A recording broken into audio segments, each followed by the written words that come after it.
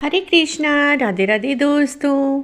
विशाख का पावन महीना चल रहा है। विशाख स्नान करना बहुत ही शुभ फल देता है। विशाख अब खत्म होने ही वाला है। यदि आप पूरा महीना स्नान नहीं कर पाए हैं तो विशाख में केवल 5 दिन नहाकर दान करके विशाख स्नान का फल प्राप्त कर सकते हैं।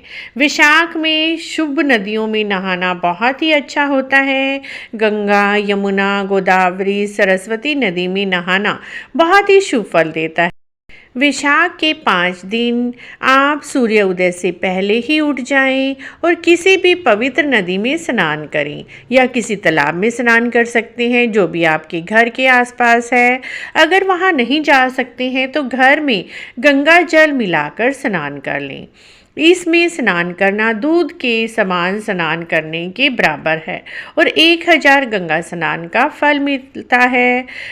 विशाख के महीने में स्नान करने के बाद सूर्य की पहली किरण को आप अर्घ दें। सूर्य भगवान को अर्घ देना भी बहुत ही शुभ फल देता है।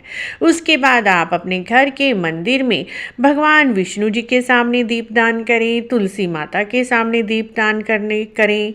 ऐसा करने से देह त्यागने के बाद उत्तम लोक में स्थान मिलता है।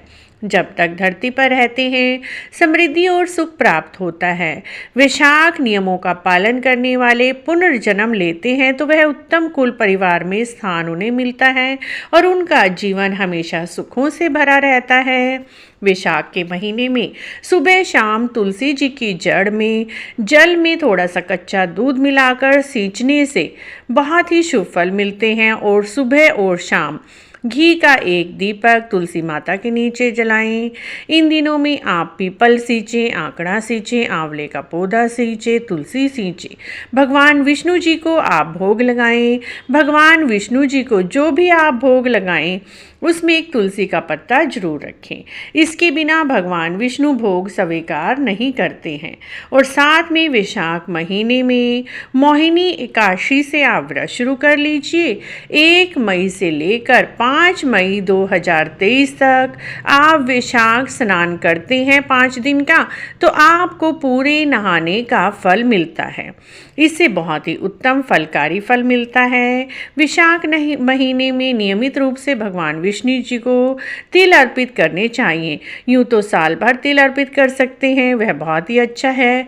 अगर ऐसा नहीं कर पाते तो कार्तिक मास में, माघ मास में, विशाख मास में तिल अर्पित करना उत्तम रहता है। ऐसा करने से जाने अनजाने में किए हुए पापों से मुक्ति मिलती है और सद्गति प्राप्त होती है।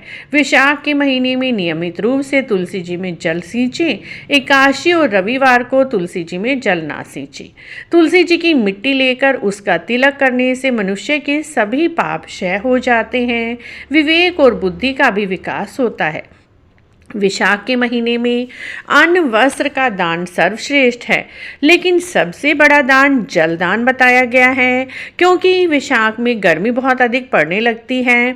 ऐसे में आप जल का दान करें, गरीब व्यक्तियों को चप्पल का दान करें, छाते का दान करें, छायादार वृक्ष लगवा सकते हैं राहगीरों के लिए। और अन्न वस्त्र जल दान करना इन दिनों में बहुत ही जरूरी है।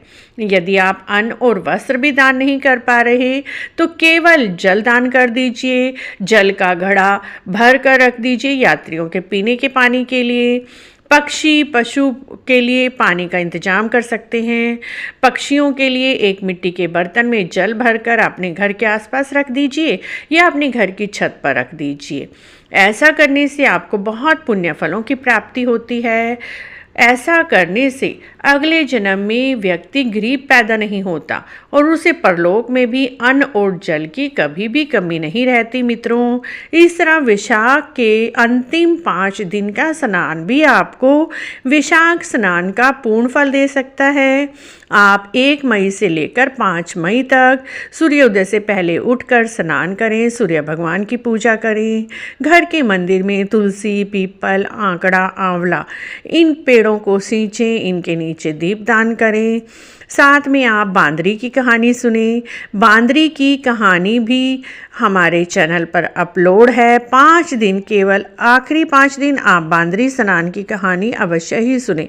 इससे पूरे पुण्य फलों की प्राप्ति होती है। घर में अन्न धन की कभी कमी नहीं रहती। इस लोक और परलोक दोनों लोकों में सुख प्राप्त होता है। मित्रों, इस तरह से विशाख के अंतिम 5 दिन का स्नान भी आपको 1000 गंगा स्नान का फल दिलवा सकता है। नहाने के पानी में कुछ बूंदें गंगा जल की मिलाकर स्नान करें और पूजा पाठ करें, सात्विक भोजन करें। उसमें आप 5 दिन तक प्याज लहसुन का प्रयोग ना करें, मांस मदिरा इन चीज़ों का प्रयोग ना करें, सात्विक भोजन खाएं। जो भी खाएं उन सबसे पहले भगवान जी को भोग लगाएं, उसमें थोड़ा सा तुलसी दल अवश्य ही मिला लें। पक्षियों पशुओं के लिए पीने के पानी की व्यवस्था आप कर सकते हैं। किसी गरीब बच्चे को, किसी गरीब व्यक्ति को आप 1 जोड़ी चप्पल की अवश्य ही इन दिनों में दान करें। आपको पूरे विशाख स्नान का फल प्राप्त होगा। बांदरी की कहानी आप सुबह, दोपहर, शाम किसी भी समय सुन सकते हैं। अगर आपको विशाख स्नान के अंतिम 5 दिन का स्नान की है छोटी सी जानकारी अच्छी लगी है तो प्लीज़ हमारे चैनल को जरूर सब्सक्राइब करें, लाइक करें, वीडियो को शेयर भी करें। कमेंट बॉक्स में जय वैशाख के ठाकुर अवश्य लिखें।